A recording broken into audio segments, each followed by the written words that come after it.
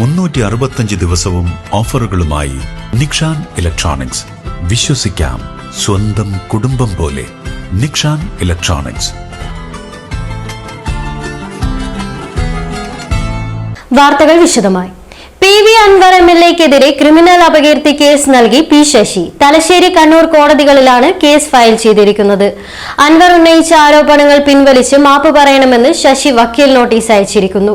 ഇതിന് അൻവർ മറുപടി നൽകാത്തതിനെ തുടർന്നാണ് നടപടി. ശശിക്കെതിരെ ഗുരുതര ആരോപണങ്ങളാണ് അൻവർ ഉന്നയിച്ചിരിക്കുന്നത്. നേരത്തെ തന്നെ PV അൻവറിന്റെ ആരോപണങ്ങൾക്കെതിരെ ശശി നിയമ നടപടി സ്വീകരിച്ചിരുന്നു.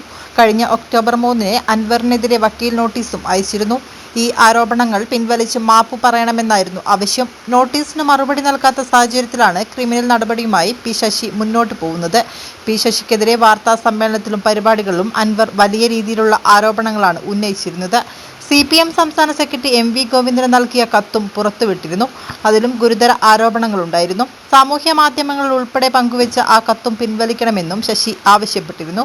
ഇതിന് മറുപടിയില്ലാത്ത സാഹചര്യത്തിലാണ് ക്രിമിനൽ കേസ് നൽകിയിരുന്നത്.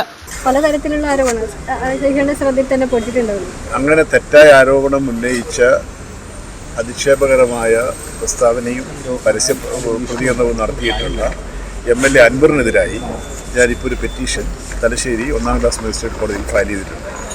മറ്റൊരു പെറ്റീഷൻ കണ്ണൂരും ഫയൽ ചെയ്തിട്ടുണ്ട്. അദ്ദേഹം ഉന്നയിച്ച ആരോപണങ്ങൾ സംബന്ധിച്ച് തികച്ചും അടിസ്ഥാനരഹിതമാണ് അദ്ദേഹം പറഞ്ഞ കാര്യം. അദ്ദേഹത്തിനിപ്പോൾ പത്രത്തിൽ സ്ഥാനം കിട്ടണമെങ്കിൽ, മാധ്യമങ്ങളിൽ സ്ഥാനം കിട്ടണമെങ്കിൽ ഇങ്ങനെ എന്തെങ്കിലും ഒന്നുകിൽ മുഖ്യമന്ത്രിക്കെതിരെ പറയണം, അല്ലെങ്കിൽ റിയാസിനെതിരെ പറയണം, അല്ലെങ്കിൽ എനിക്കെതിരെ പറയണം, അല്ലെങ്കിൽ പാർട്ടിയുമായി ബന്ധപ്പെട്ട ആർക്കെതിരെ പറയണം.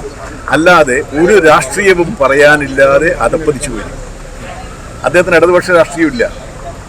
കോൺഗ്രസിൻ്റെ രാഷ്ട്രീയത്തിലാണോ അദ്ദേഹം ഉള്ളത്? അദ്ദേഹമാണ് പറയേണ്ടത്. ലീഗിൻ്റെ രാഷ്ട്രീയമാണോ എന്ന് പറയണം, അല്ല BJPയുടെ രാഷ്ട്രീയമാണോ എന്ന് പറയണം. ഒരു രാഷ്ട്രീയവും പറയാനില്ലാത്ത ഒരാൾക്ക് സമൂഹത്തിൽ ജനശ്രദ്ധ പിടിച്ചു പറ്റാൻ വേണ്ടിയിട്ട് വ്യക്തി അധിക്ഷേപം നടത്തുന്ന മട്ടിലേക്ക് അദ്ദേഹം തരം താൻ പോയിരിക്കുന്നു. അത് രാഷ്ട്രീയ പ്രവർത്തകന്റെ അധപ്പതനമാണ്. പിന്നെ കേരളത്തിലെ മുഖ്യമന്ത്രി എന്തുകൊണ്ടാണ് ഈ ആക്ഷേപം ഉന്നയിക്കുന്നത്? 8 വർഷം കേരളത്തിൽ ഇടതുപക്ഷ ജനാധിപത്യ മുന്നണിയുടെ ഭരണത്തിന് നേതൃത്വം കൊടുത്ത ആളാണ് പിണറായി വിജയൻ. അദ്ദേഹം കേരളത്തിലുണ്ടാക്കിയ നേട്ടങ്ങൾ, വികസനം, മാറ്റങ്ങൾ വളരെ വലുതാണ്. അതിന് ഗുണഫലം അനുഭവിക്കുന്നവരാണ് കേരളത്തിലെ എല്ലാ കുടുംബങ്ങളും.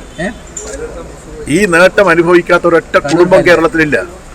അതുകൊണ്ട് തന്നെ ഈ നേട്ടങ്ങൾ നമസ്കരിക്കാൻ ഉദ്ദേശിക്കുന്ന ആളുകൾ മുഖ്യമന്ത്രി ആക്രമിക്കുന്നു, മുഖ്യമന്ത്രിയുടെ ഓഫീസിനെ ആക്രമിക്കുന്നു, മുഖ്യമന്ത്രിയുടെ കുടുംബത്തെ ആക്രമിക്കുന്നു.